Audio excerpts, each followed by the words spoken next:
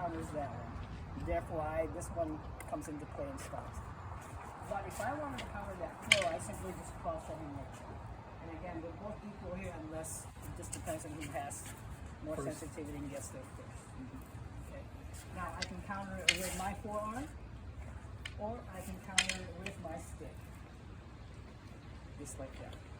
With my stick, basically I just wrap it around and that's trap method. Okay, and then you can go back.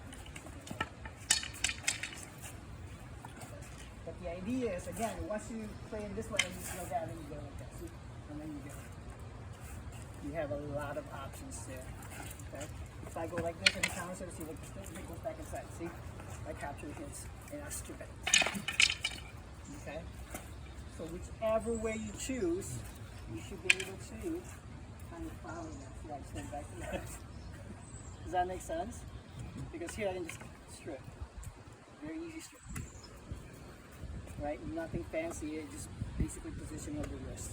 Okay? So that's the inside. And that brings you to there. This can also go outside and now it's even. This is what we call the struggle position. Okay? Again, you can disarm me, I can disarm him. It just depends on who gets the whole idea first. Disarm each other at the same time. Right? But on the outside line, so if I strike here, he can roll that way and capture. Okay, so that's the right. Boom.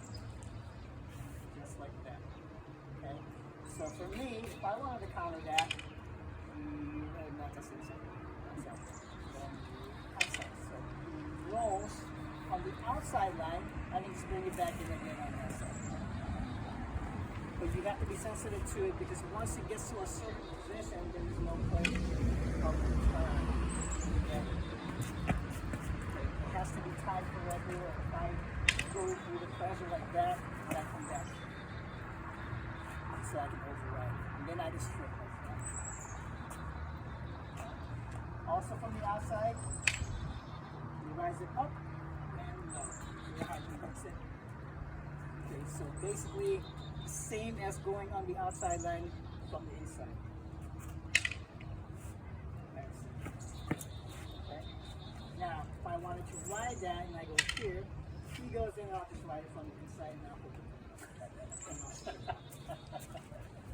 Okay. On the side, he goes here, he rides it, that's it. The other counter is just simply going there, then I strip it. The other one, now I'm going to go in the inside. This is kind of like how people get confused. See it? This is a different one. Because I just find it from here. Inside. Okay, that's one. If he does that, then I do the same. Okay. Now, which one has more pressure, going up or going down? It just really depends on who gets there first. If he gets me, he lifts it up, and I get trapped. Okay? Really, it's whoever can tolerate. But if I press down, see it? I press down and roll like a motorcycle, and I get it. Okay? So if he feeds me a backhand, I can also go in the inside, just keep it here, and now we'll bring it back in the position again. Of inside, outside. See it? So now you just going to do the big one. See, I just said one, come back and he blocks it, and then come back, and then go back here. You can still do the same switches that you do from Muba. See it? See? Right? Based on the same sensitivity. Okay? But on the outside, if he strikes, one, you can roll it in the inside.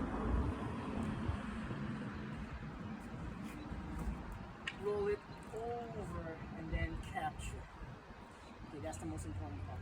Once I go here, then normally I just break away so that he can capture that, and now we're back to the same thing. If I wanted to switch him, I'll just go right there. He should feel that, so he pulls my arm. That's it, and then he can carry that one, or he can go back to it. Okay, and again, this is more of a sensitivity type deal later on. But we're going to try to break it down to you so that way you can actually flow it. Okay? Let's try.